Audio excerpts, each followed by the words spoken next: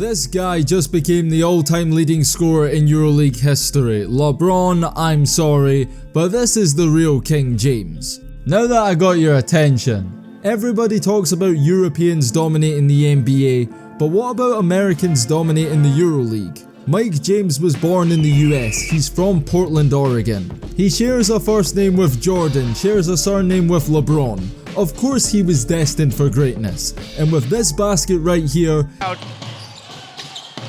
James, let's fly. Got it! Strings it! And Mike James with that basket sets a new all-time EuroLeague scoring mark. He became the all-time leading scorer in EuroLeague history.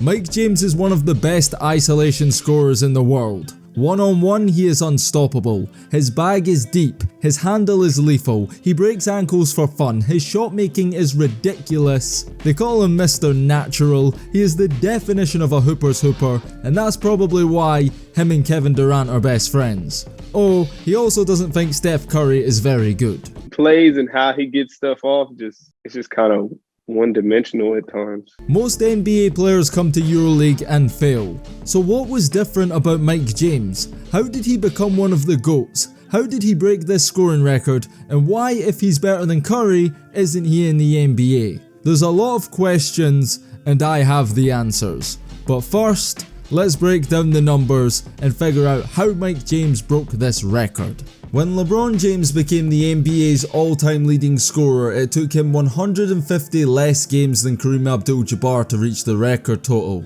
It took Mike James 98 less EuroLeague games to surpass Vasilis Spanoulis' all-time scoring record. Although LeBron did it in fewer games, Mike James did it in considerably less time. Kareem played 1,560 games, LeBron broke the record in 1,450 games. That's 10% fewer. In EuroLeague, Spanoulis set the record in 357 games. Mike James broke it in 259. That's 27% fewer games. He did it in almost a third of the time. Let me ask you a question.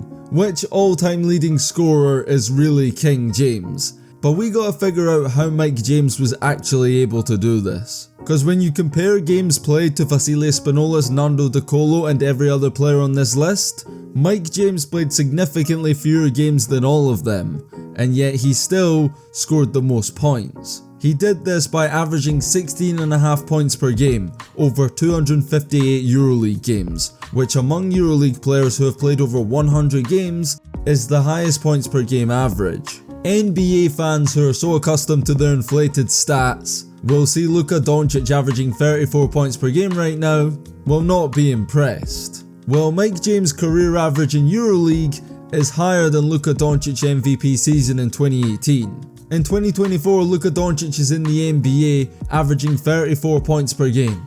If he were to come back to EuroLeague and average double the points per game he did from his MVP season, he'd still average less than what he's averaging right now in the NBA. And yet when Luka Doncic said it's easier to score in the NBA than it is in EuroLeague, people laughed at him. Scoring in the EuroLeague isn't easy, we all know that. But why was it easier for Mike James than any other player? Let's take a deeper look at his scoring numbers in comparison to Spanoulis. Spanoulis attempted 3,429 shots in EuroLeague, an average of 9.6 per game. He made 40.9%. Mike James attempted 3,335 shots in EuroLeague, an average of 14.4 per game, and he made 43% of them. Spanoulis made 49.5% of two-pointers, Mike James made 49.8% of two-pointers. Spanoulis made 32.1% of three-pointers, Mike James made 34.3% of three-pointers. Spanoulis made 77.9% of free throws, Mike James made 80.1% of free throws. Basically, Mike James took more shots than Spanoulis and made a higher percentage of them, and that's why he's the EuroLeague's all-time leading scorer. We all knew he would eventually break this record, but there was no guarantee it would be this season. At the beginning of the 2023-24 season, Mike James had scored 3,717 points in EuroLeague. He was 532 points off the record, meaning in order to break it, Mike James would have to average 15.6 points per game in EuroLeague this season. In the previous two seasons, he'd averaged just over 16.2 points per game. But that was before Monaco signed Kemba Walker.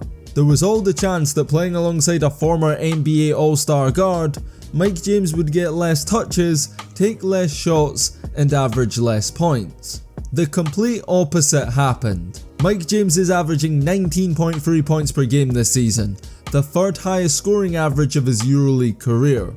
Kemba Walker is riding the bench.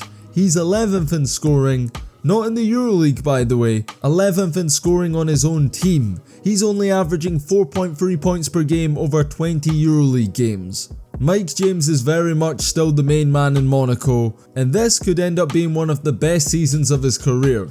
I'll explain why after we talk about how this undrafted NBA reject became one of the greatest to ever do it overseas. In high school, Mike James was one of the best in his state, but colleges weren't interested. Why? Because he was an undersized, unathletic guard. The only offers he got were from Division III schools. When he won an Oregon State Championship in 2008, nothing changed. He had to play junior college at Eastern Arizona. After averaging 26 points per game in 2009, he finally got to play D1 at Lamar University. There, he set the record for most points in a game with 52. He famously scored 29 points against Anthony Davis and the Kentucky Wildcats, the team that went on to win a national championship. And that season, he led Lamar to the NCAA tournament for the first and only time in the 21st century. He averaged 17 points per game as a senior, and still, nobody wanted him. Mike James went undrafted in 2012 and immediately started playing overseas. He started out in the 3rd division of Italy. Imagine the NBA G League had a G League, and a player worked his way up from the G League's G League to the actual G League to the NBA, became a star in the NBA and eventually the all-time leading scorer. That's basically Mike James's EuroLeague story in NBA terms. But it took him some time to work his way up to EuroLeague. He played for small clubs in Croatia, Italy, and it was only after averaging 21 a game in the Greek league that Mike James earned himself a move to Baskonia, a big Spanish club that play in the Liga ACB. This was the beginning of Mike James' EuroLeague career. Although at this point, he was still set on the NBA and tried out with the Phoenix Suns at Summer League. He didn't make the team and in 2015 returned to Baskonia, where he made a name for himself, averaging these stats and helping Baskonia make the Final Four of EuroLeague. Mike James scored just 6 points in the semi-final, and they lost to Bogdan Bogdanovic and Fenerbahce. In 2016, Mike James left Baskonia and joined Greek giants Panathinaikos, and he became a star in the Greek league. He was the team's leading scorer, playing alongside Nick Kalafis and Chris Singleton, and by this point he was one of the best scoring guards in EuroLeague. As for the Greek league, he won MVP, Finals MVP, all while winning the Greek League and Greek Cup championships. One of his greatest moments in green was this crazy game winner. Mike James goes for the hero shot, the three. It's good! Mike James! Now 2017 NBA Summer League was one of the best ever. Lonzo Ball had everyone in Vegas watching, and this is how Mike James finally got noticed. Playing with the Suns, he led the team in points and assists, putting up 20.5 points per game on 53% shooting, as well as 5 assists, 5.2 rebounds and 1.8 steals. The Suns liked what they saw and signed Mike James to their first ever two-way deal in franchise history. Mike James came into the NBA hot. He made his NBA debut against the Blazers and scored 12 points. A few days later, he became the Suns' starting point guard. He dropped 18 points and 7 assists in a win over the Kings. A week later, he had his first 20-point game, and then had a career-high 26 points not even a month later against the Timberwolves. Mike James became the biggest success story in the NBA. In 32 games as a rookie with the Suns, he averaged 10.4 points, 3.8 assists and 2.8 rebounds. He wasn't the most efficient, but he looked like he belonged. And Mike James became the first two-way contract player in NBA history to sign a guaranteed contract. And then he was waived 2 weeks later. See, the Suns had only needed Mike James because they had a lot of injuries at the guard position. Once Devin Booker, Isaiah Canaan and Devin Reed returned, he was cut by the team. But that wasn't it for Mike James in the NBA. He was quickly snapped up by the Pelicans. In the 2017-18 season, New Orleans made the second round. They swept Dame and the Blazers. They were a good team. Unfortunately, Mike James played little part in that. He played just 4 games in New Orleans, barely got any playing time and was cut by the team early 2018. For the remainder of the season, Mike James returned to Panathinaikos, where he won another Greek League championship and was finals MVP for the second year in a row. In his 2 years in Greece, Mike James won it all domestically, but despite playing for a giant club, he never won the EuroLeague. In 2018, James signed with Olimpia Milano, the EuroLeague team former MVP Nikola Mirotic currently plays for. Olimpia Milano were once a European giant. They have won 3 EuroLeague championships in their history, but none since the 1980s. Mike James was trying to change this, and by this point he was a EuroLeague star. In the 2018-19 season, when facing off against future EuroLeague MVP Vasilij Micic, Mike James rose to the occasion again. Onto the ball by Micic at the buzzer, Mike James! Oh, Mike James! He averaged 19.8 points per game, 6.8 assists and 3.8 rebounds. Statistically, this was his best season individually, and the year he won his only EuroLeague scoring title to date. Milano won the Italian Super Cup, but in the EuroLeague, they were the 12th seed. People were starting to say Mike James puts up empty stats. In 2018, he changed team again, signing with CSKA Moscow, who had just won the EuroLeague championship. They are one of the biggest clubs in EuroLeague, having won the second most titles in history. The time had come for Mike James to win. By 2019, he was one of the top 2 point guards in EuroLeague. The big debate was between him and Shane Larkin. In the 2019-20 season, both Larkin and James averaged over 20 points per game, which is the most in both of their careers. When playing against Larkin's team Anadolu Efes in the regular season, Mike James did this. Balbai's still there. Mike James, tough shot. Oh my goodness! Mike James doing Mike James things. Everybody wanted to see them face off in the Final Four, but the EuroLeague didn't have Disneyland to go play in a bubble, so the season was cancelled. As Kanye says, I guess we'll never know. The 2020-21 season, Mike James averaged 19.3 points and 5.7 assists. CSKA had a 24-10 record, the joint best in EuroLeague. They made it to the Final Four of EuroLeague. Everything was set up for the Shane Larkin-Mike James matchup.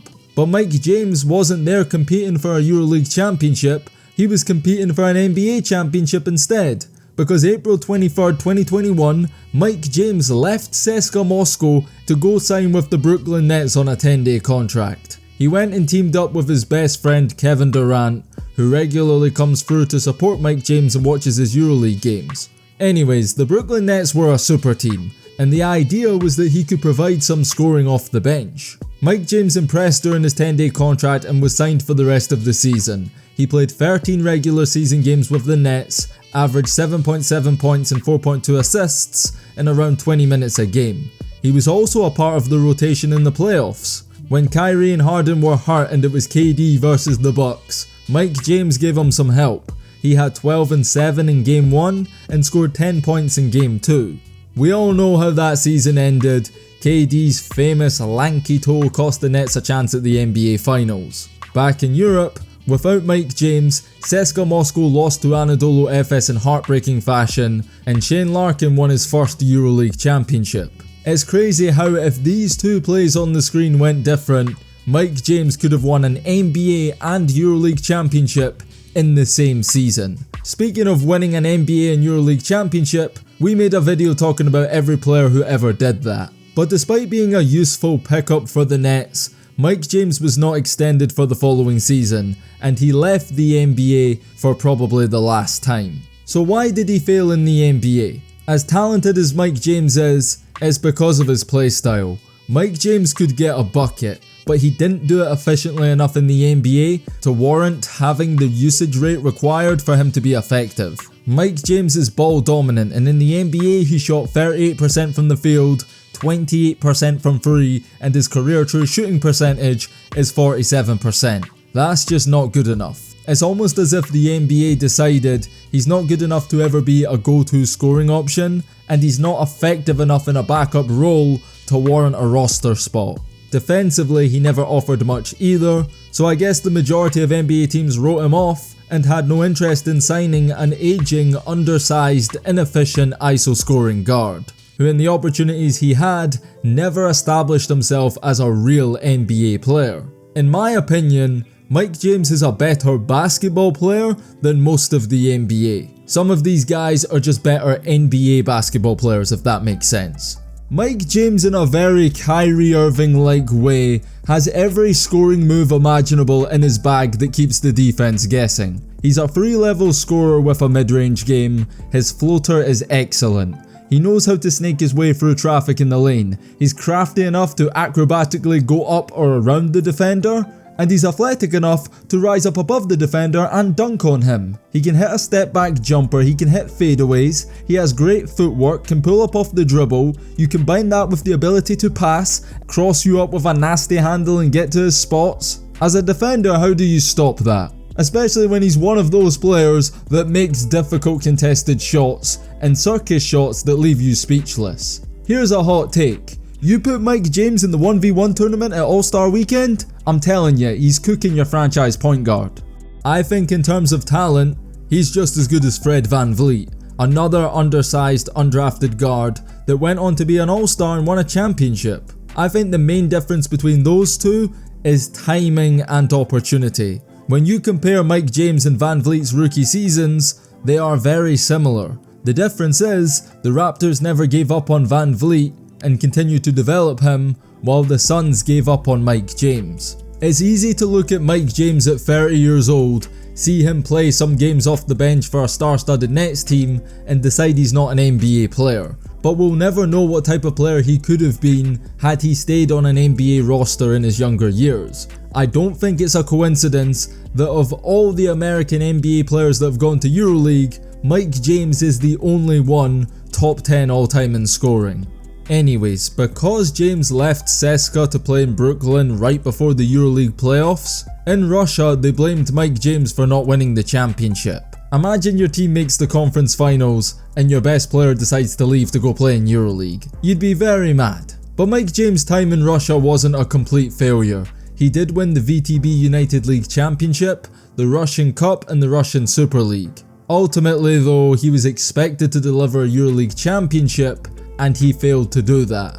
He still provided some great moments, like the game winner against Real Madrid. With it, gives it to Clyburn. Mike James with the corner three. Oh! When Mike James returned to EuroLeague since the bridge was burned in Moscow, he signed with the French club he currently plays for, AS Monaco, an upcoming EuroLeague club who are getting better every year.